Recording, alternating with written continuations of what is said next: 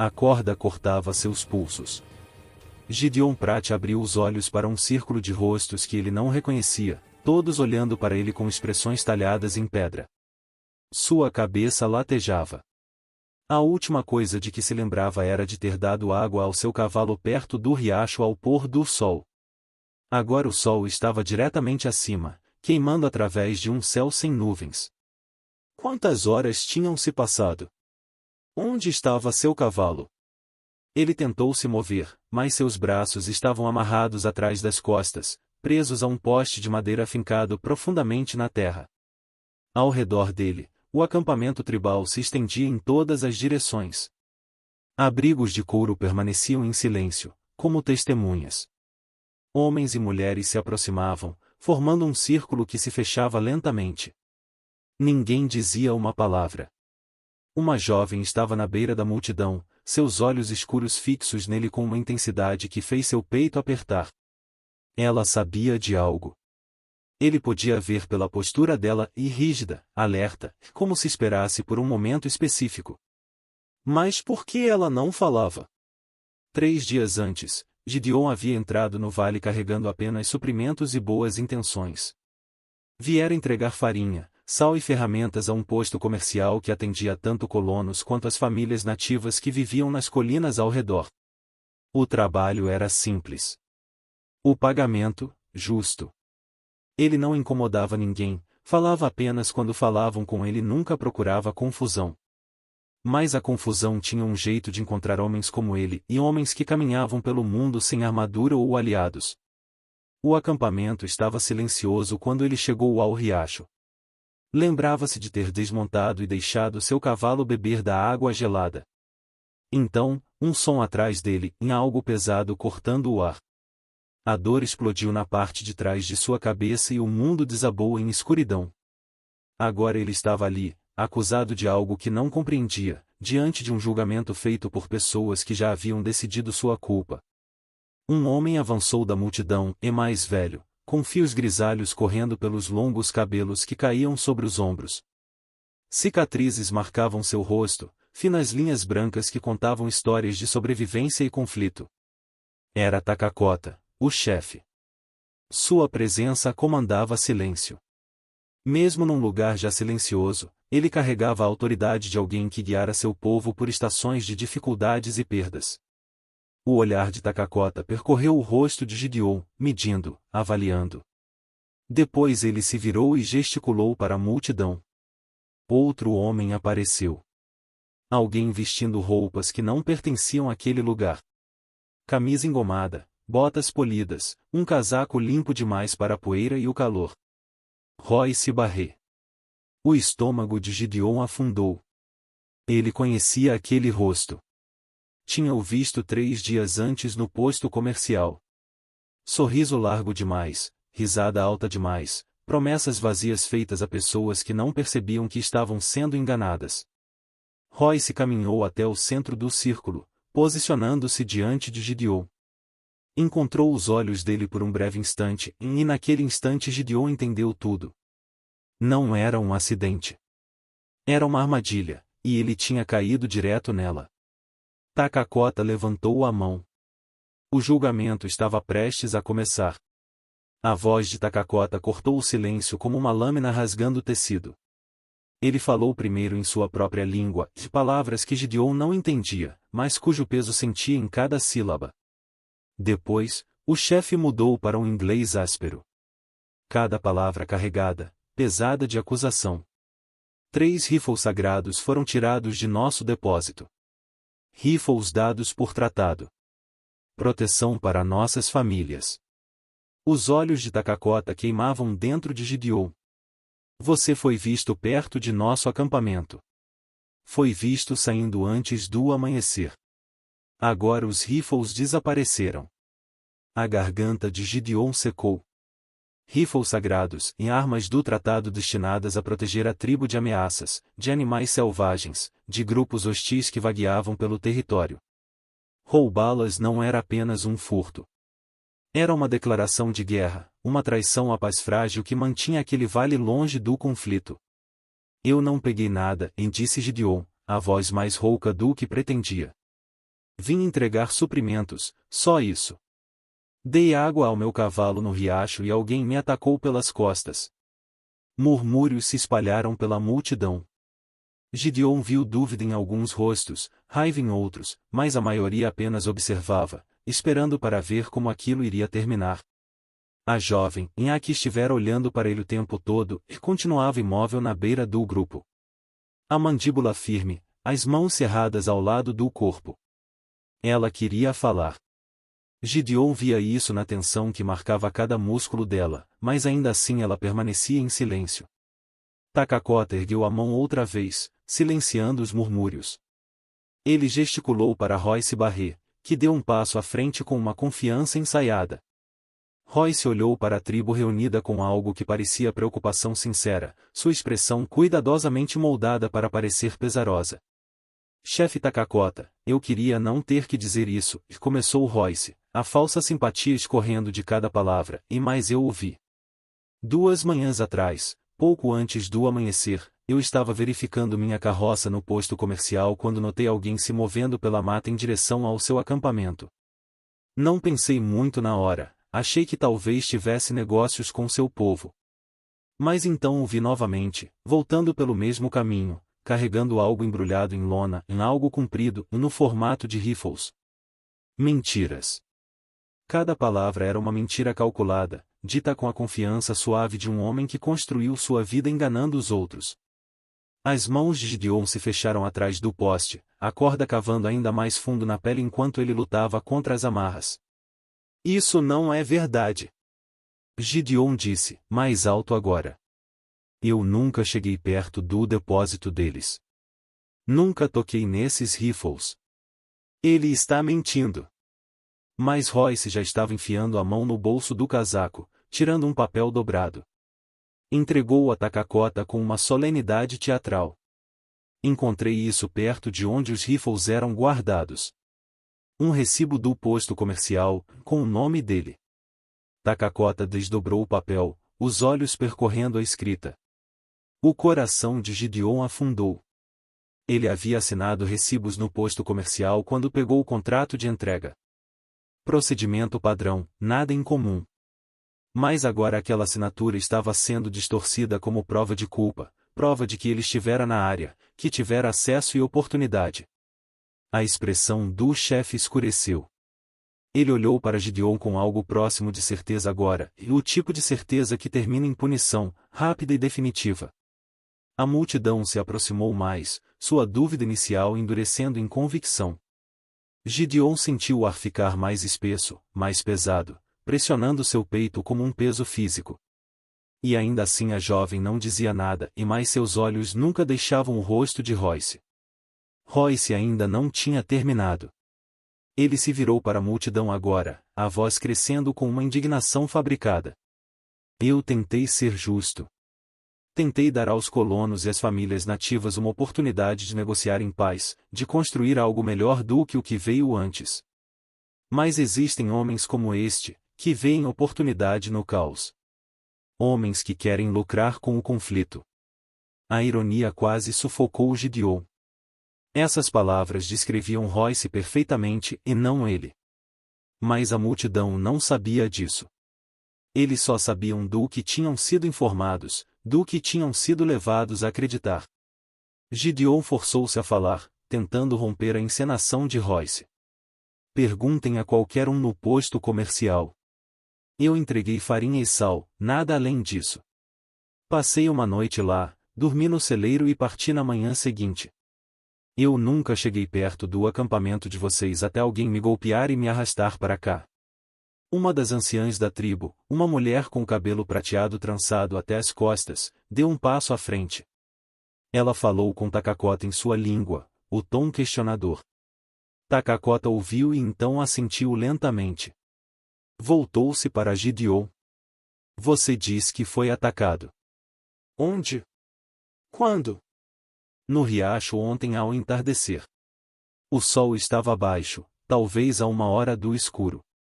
Eu estava sozinho. Meu cavalo bebia quando algo me atingiu por trás. Takakota trocou olhares com vários homens da multidão. Dois deles se separaram rapidamente, movendo-se em direção à borda do acampamento. Gideon entendeu. Eles iam verificar o riacho, procurar sinais de luta, provas que pudessem apoiar sua história. Uma esperança frágil, mas real, se acendeu em seu peito.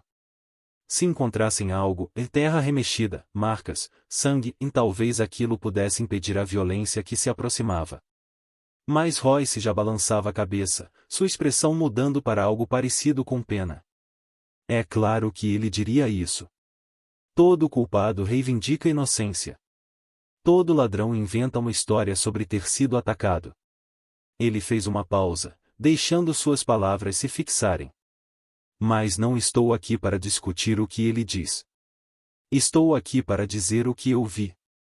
E eu vi ele perto do seu depósito. Vi ele carregando aqueles rifles para longe. Os homens retornaram do riacho mais rápido do que Gideon esperava. Rápido demais. Eles falaram com Takakota em voz baixa, e o rosto do chefe permaneceu indecifrável. Então Takakota olhou novamente para Gideon e desta vez havia algo final em sua expressão. O chão perto do riacho não mostra nada. Sem sinais de luta, sem sangue, nenhuma prova do que você afirma. A esperança de Gideon se despedaçou. É claro que não havia sinais. Quem o atacou tinha sido cuidadoso, profissional. Apagara rastros, alisar a terra, removido qualquer indício que pudesse contradizer a narrativa construída por Royce. E agora aquela narrativa era tudo o que eles conseguiam ver. Então verifiquem a carroça dele, Gideon disse desesperado, indicando Royce com a cabeça. Se ele é tão honesto, se está tão preocupado com a paz, deixem a tribo revistar seus pertences. Vejam o que ele realmente está fazendo aqui. O sorriso de Royce não vacilou. Procurem. Não tenho nada a esconder. Takakota considerou por um momento e então fez um gesto para dois homens mais jovens. Eles seguiram até a carroça de Royce, parada na beira do acampamento, perto dos cavalos. Royce os observou ir com calma absoluta, as mãos soltas ao lado do corpo. Ele não estava preocupado. E isso foi o que mais apavorou Gideon. Royce não estava preocupado porque já tinha planejado tudo. O que quer que encontrassem na carroça, não ajudaria Gideon. Apenas pioraria sua situação. A jovem finalmente se moveu. Ela deu 3 passos à frente, separando-se da multidão, seus olhos presos ao rosto do pai. Takakota anotou imediatamente, sua expressão suavizou por um breve instante antes de endurecer novamente. Ele ergueu a mão em uma ordem silenciosa para que ela parasse. Ela parou, mas seu corpo permaneceu tenso, vibrando com urgência contida. Os homens voltaram da carroça de Royce carregando algo embrulhado em tecido oleado. Entregaram o pacote a Takakota e abriram cuidadosamente a lona. Dentro estavam 3 rifles sagrados, os mesmos que haviam sido roubados do depósito da tribo. A multidão explodiu em gritos de fúria. Takakota ergueu as mãos, exigindo silêncio. Quando falou, sua voz carregou-se pelo acampamento como trovão antes da tempestade. A evidência é clara. Os rifles foram encontrados na carroça deste homem. Ele apontou para Royce, e mais seus olhos permaneceram em Gideon. Escondidos ali por quem os roubou. O mundo de Gideon inclinou. Royce havia escondido os rifles na própria carroça, sabendo que a tribo a revistaria, sabendo que os encontrariam e concluiriam que Gideon os colocará ali. Era perfeito. Cruel e perfeito. E Gideon nada podia dizer que mudasse o que todos agora acreditavam. Takakota ergueu a mão novamente, e o acampamento caiu em silêncio instantâneo. O tipo de silêncio que precede o relâmpago e elétrico, mortal.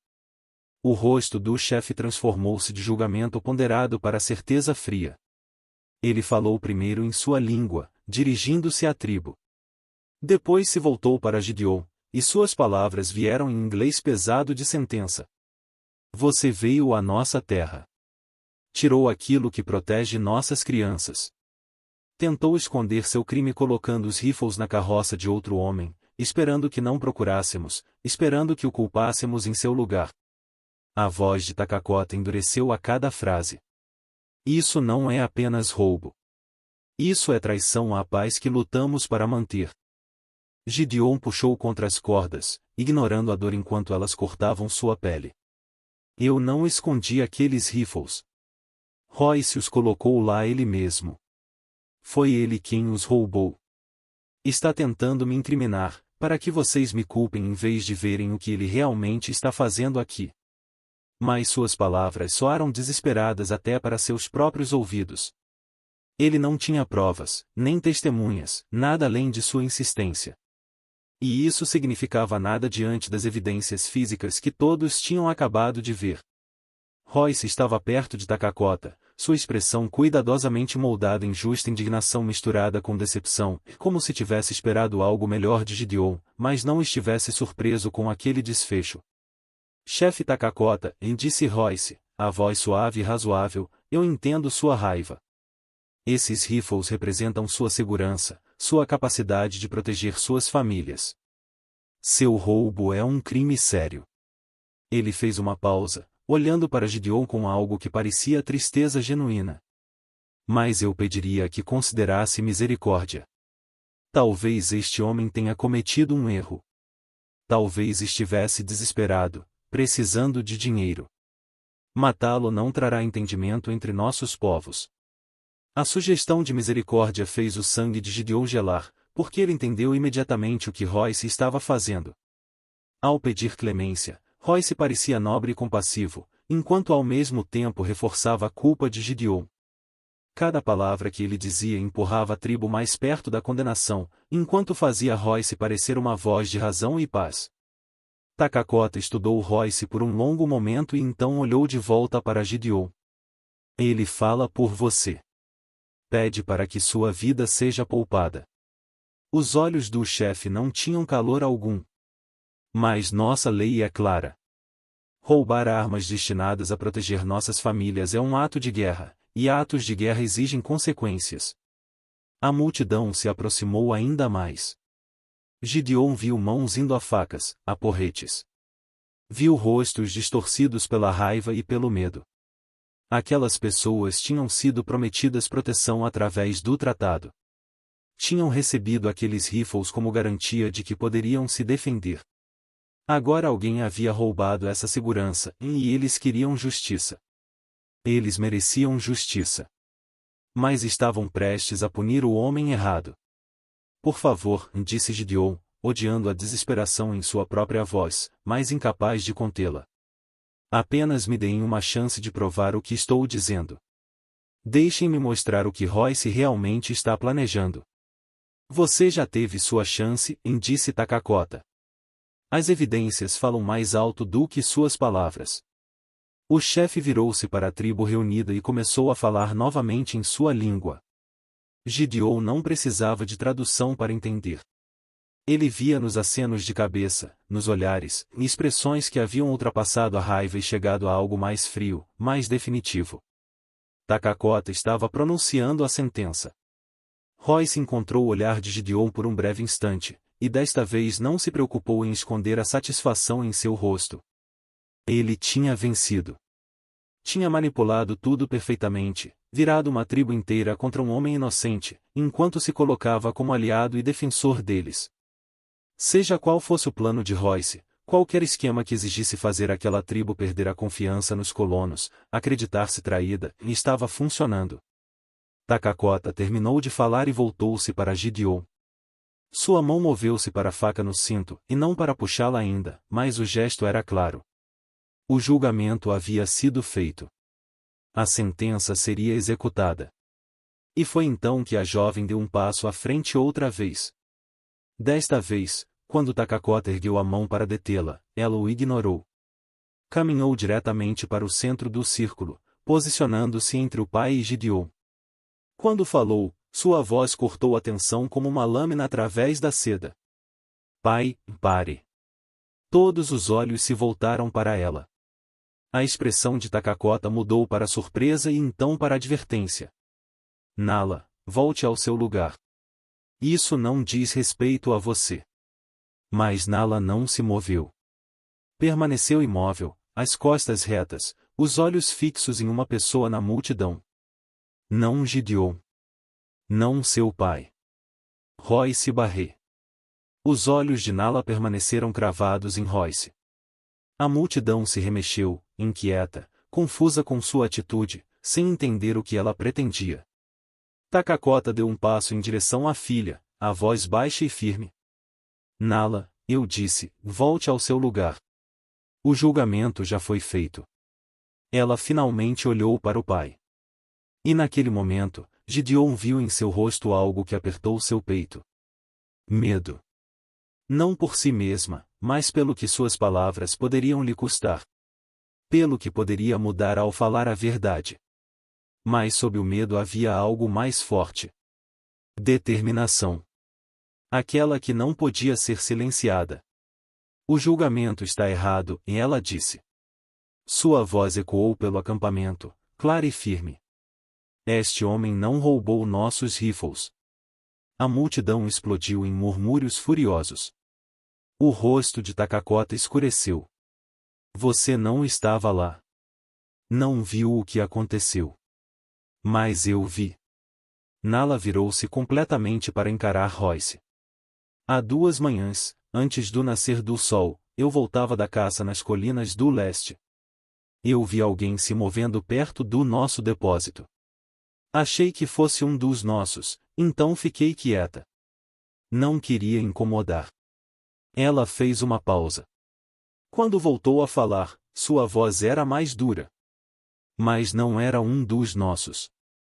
A expressão de Royce não mudou, mas algo em sua postura sim. Ele tentou permanecer calmo, mas Gideon viu a tensão crescendo em seus ombros, no maxilar.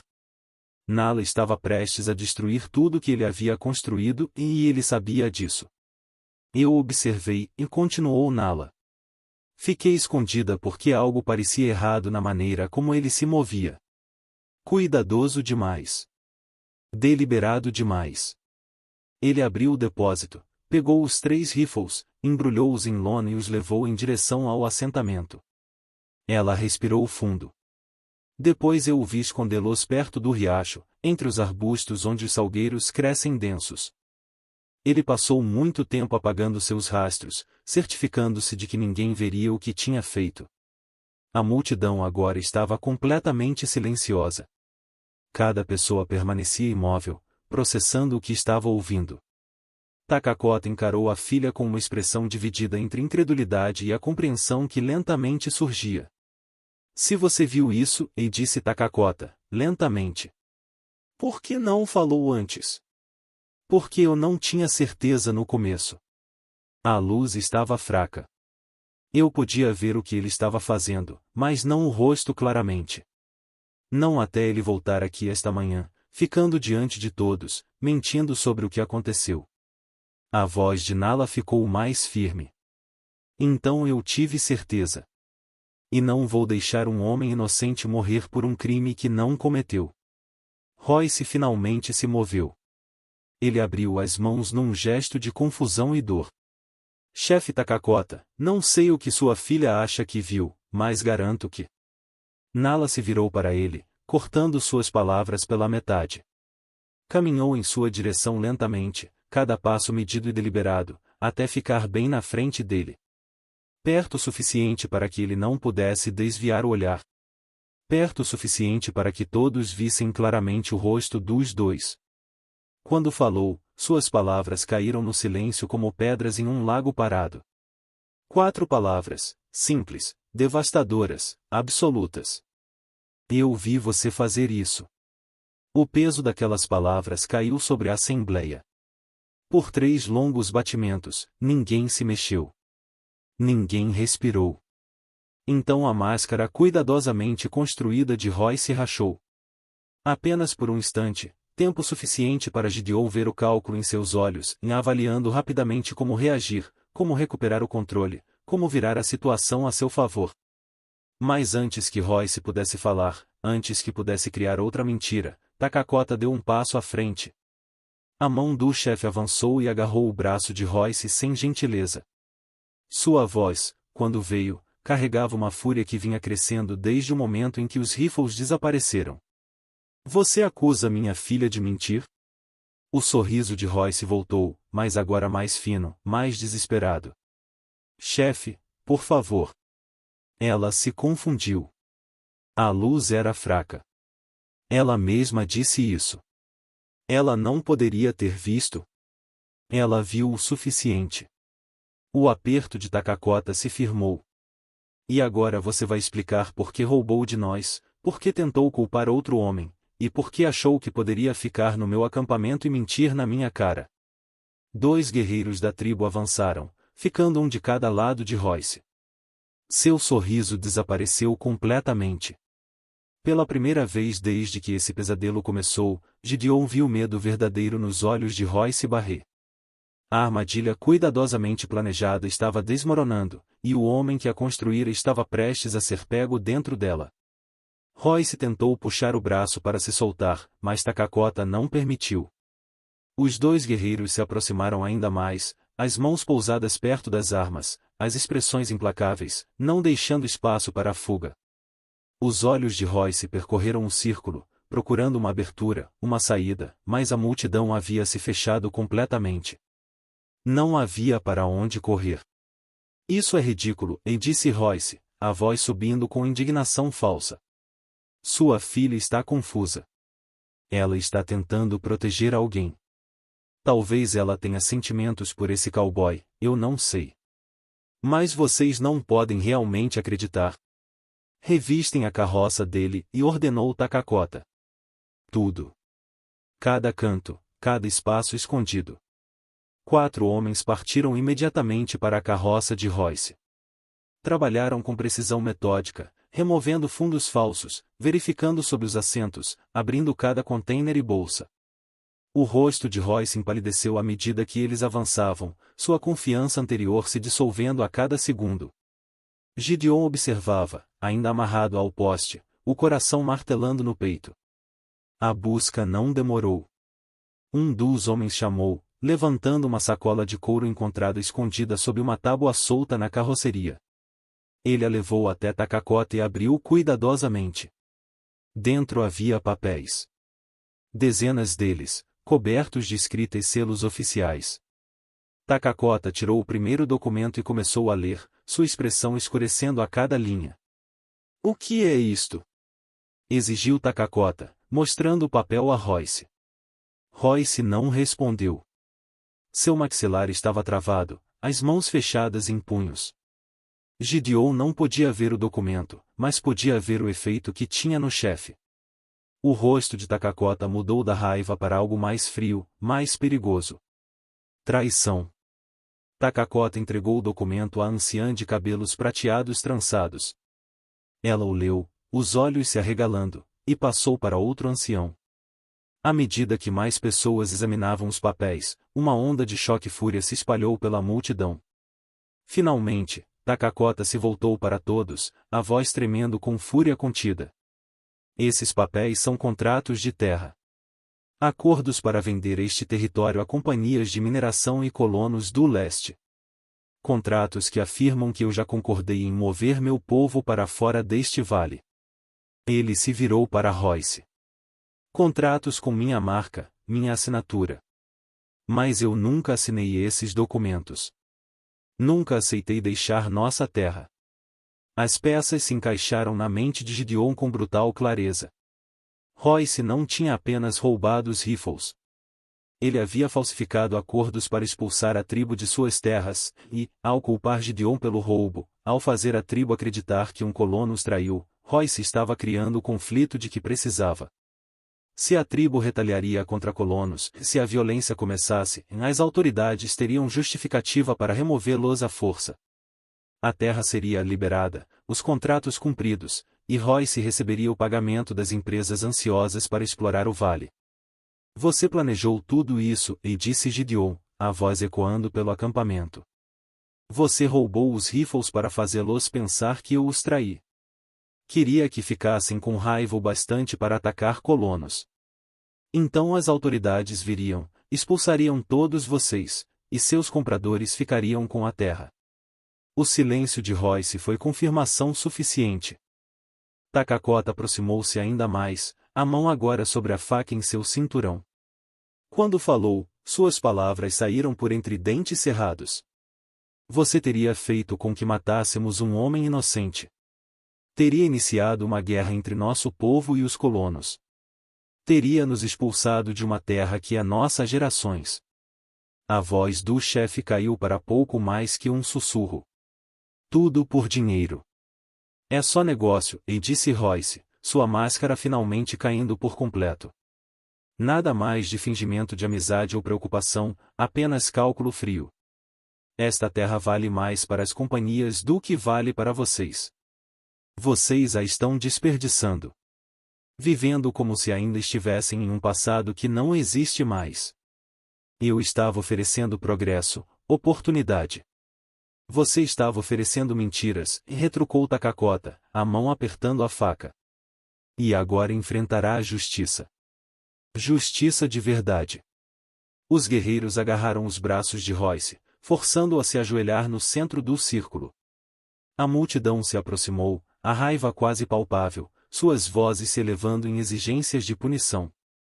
Gideon observava tudo acontecer, o alívio inundando tão intensamente que suas pernas quase cederam. A verdade finalmente estava exposta. A armadilha tinha desmoronado sobre o homem que a preparara. Mas mesmo com o alívio crescendo dentro dele, Gideon viu algo que fez seu sangue gelar. Royce estava sorrindo. Não o sorriso falso de antes, mas algo verdadeiro. Algo que sugeria que ele ainda tinha uma última carta para jogar. Royce ergueu a cabeça, aquele sorriso terrível ainda no rosto. Quando falou, sua voz atravessou a multidão silenciosa com absoluta confiança. Vocês acham que isso termina comigo? Acham que eu trabalhei sozinho? Ele riu em um som áspero e amargo. Esses contratos já foram entregues. Cópias estão agora mesmo nos escritórios territoriais, esperando para serem processadas. Mesmo que me matem, mesmo que queimem cada papel naquela carroça, as engrenagens já estão em movimento. Em 3 semanas, talvez 4, oficiais virão para fazer cumprir esses acordos. A multidão explodiu em gritos revoltados. Takakota levantou a mão pedindo silêncio, mas o medo nos rostos era claro. Se Royce dizia a verdade, se cópias dos documentos falsificados já estavam em mãos oficiais, matá-lo não adiantaria nada. A tribo ainda perderia suas terras.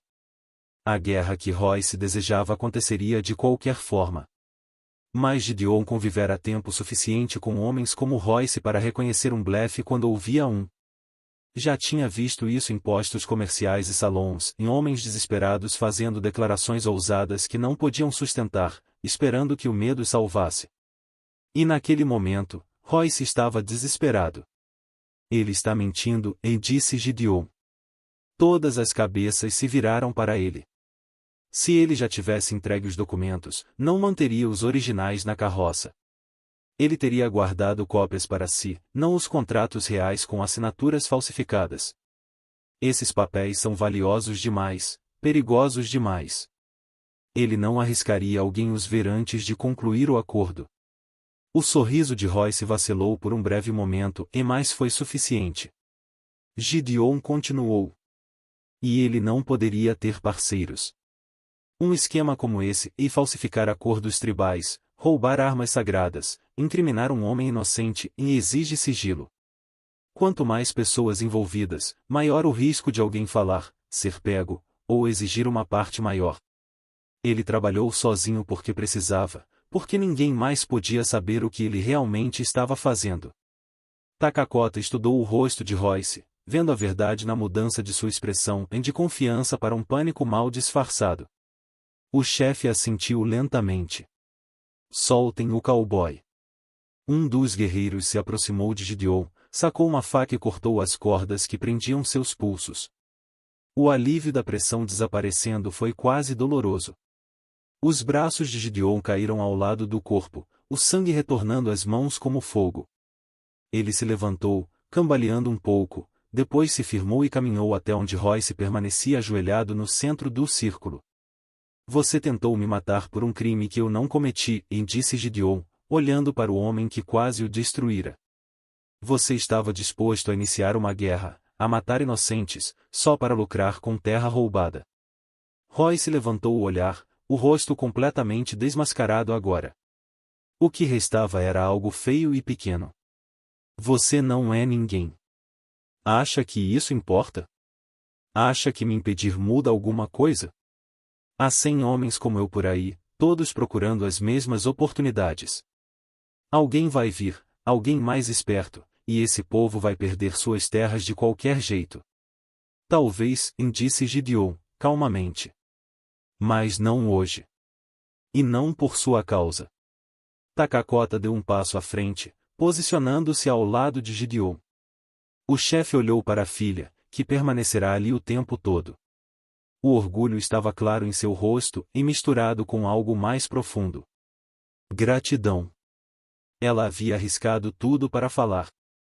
Havia questionado o pai diante de toda a tribo porque sabia que a verdade importava mais do que a obediência. Nala, disse Takakota, em sua coragem salvou uma vida hoje. Suas palavras impediram uma injustiça. Ele colocou a mão em seu ombro. Você honrou nosso povo e nossa lei. Nala encontrou os olhos do pai e depois os de Gideon. Algo passou entre eles, em uma compreensão silenciosa. Ela o tinha visto no riacho, tinha visto Royce atacá-lo por trás, arrastar seu corpo inconsciente para a mata. Ela poderia ter falado imediatamente, poderia ter evitado tudo aquilo, mas precisava ter certeza. Precisava ver o rosto de Royce claramente. Precisava ouvi-lo mentir. E, quando o momento chegou, quando a vida de um inocente pendia por um fio, e ela pronunciou as 4 palavras que mudaram tudo. Takakota se voltou para Royce. Nossa lei é clara.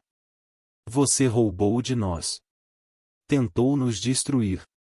E agora responderá por esses crimes. Os guerreiros ergueram Royce do chão.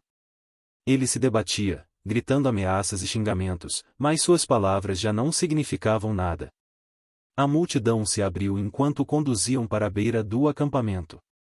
Gideon observou partir, sentindo algo pesado se afastar de seu peito. Justiça.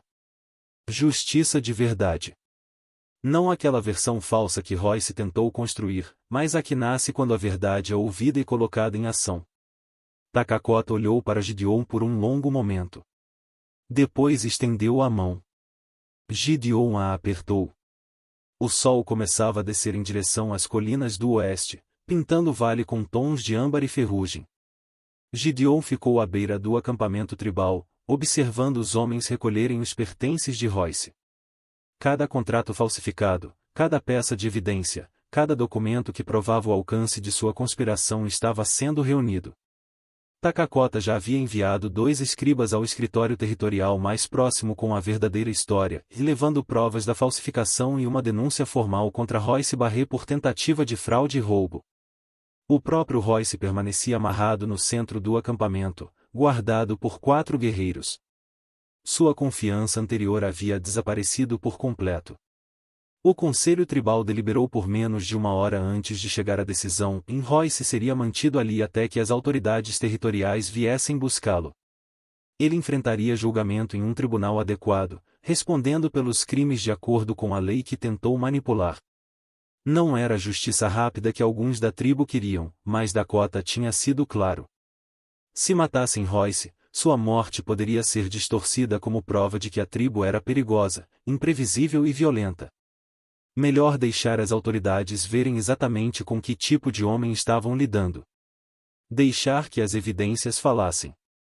O cavalo de Gideon foi encontrado pastando perto do riacho, ainda selado, intocado por quem o atacara. Um dos guerreiros mais jovens trouxe o animal de volta ao acampamento junto com os pertences de Gideon. Estava tudo ali. Nada roubado, nada danificado. Ele verificou as bolsas por hábito e encontrou o pagamento por seu trabalho de entrega ainda guardado na pequena bolsa de couro. 3 dias atrás, aquele dinheiro parecia importante. Agora parecia insignificante diante do que ele quase perderá. Nala se aproximou da direção da morada de seu pai. Carregava algo embrulhado em tecido, que estendeu a Gideon ao parar a alguns passos dele. Ele tomou o pacote com cuidado e o abriu, revelando carne seca e pão fino, e provisões suficientes para vários dias de viagem. Para sua jornada, e ela disse. Sua voz estava mais baixa do que durante o julgamento, mas igualmente firme. Obrigado. Gideon embrulhou novamente a comida e a prendeu à cela. Por isso, e por falar quando falou. Eu deveria ter falado antes que tudo fosse tão longe. Você falou quando tinha certeza. Isso exige coragem. Ele olhou diretamente para ela. Aquelas 4 palavras salvaram minha vida. Um leve sorriso tocou o canto de sua boca. Foram as únicas palavras que importavam. Takakota saiu de sua morada e caminhou até eles. A expressão do chefe havia suavizado desde o fim do julgamento. Ele parou ao lado da filha, pousando uma mão em seu ombro antes de falar com Gideon. Você está livre para ir. Não resta dívida entre nós. Dakota fez uma pausa, escolhendo bem as palavras. O que aconteceu aqui e as mentiras, as falsas acusações, vieram da ganância de um homem, não de todos os colonos. Meu povo lembrará dessa distinção. E eu lembraria que a coragem de sua filha impediu uma injustiça, respondeu Gideon. E que, quando a verdade veio à tona, você ouviu. Takakota assentiu, um gesto de respeito. Depois se afastou, dando espaço para Gideon montar o cavalo. O animal se mexeu sob ele, ansioso para partir após tanto tempo parado. Gideon ajustou as rédeas e olhou para Nala uma última vez. Se algum dia estiver perto do posto comercial, pergunte por mim. Eu lhe devo mais do que provisões e gratidão. A dívida está paga, disse ela. Mas algo em seus olhos sugeria que talvez aceitasse aquele convite um dia. Gideon virou o cavalo em direção à saída do vale. Ao se afastar do acampamento, olhou para trás uma vez. A tribo já havia retornado às rotinas diárias. A crise passada, a ameaça eliminada. Takakota permanecia com o braço em volta dos ombros de Nala, observando Gideon partir. Nenhum dos dois levantou a mão em despedida. Não precisavam. A estrada do vale se estendia à frente, agora familiar e segura. Gideon tocou os calcanhares nos flancos do cavalo, guiando-o em um trote constante. Atrás dele, o acampamento tribal diminuía com a distância. À frente, esperavam um posto comercial, outro contrato de entrega, outro trecho de dias comuns.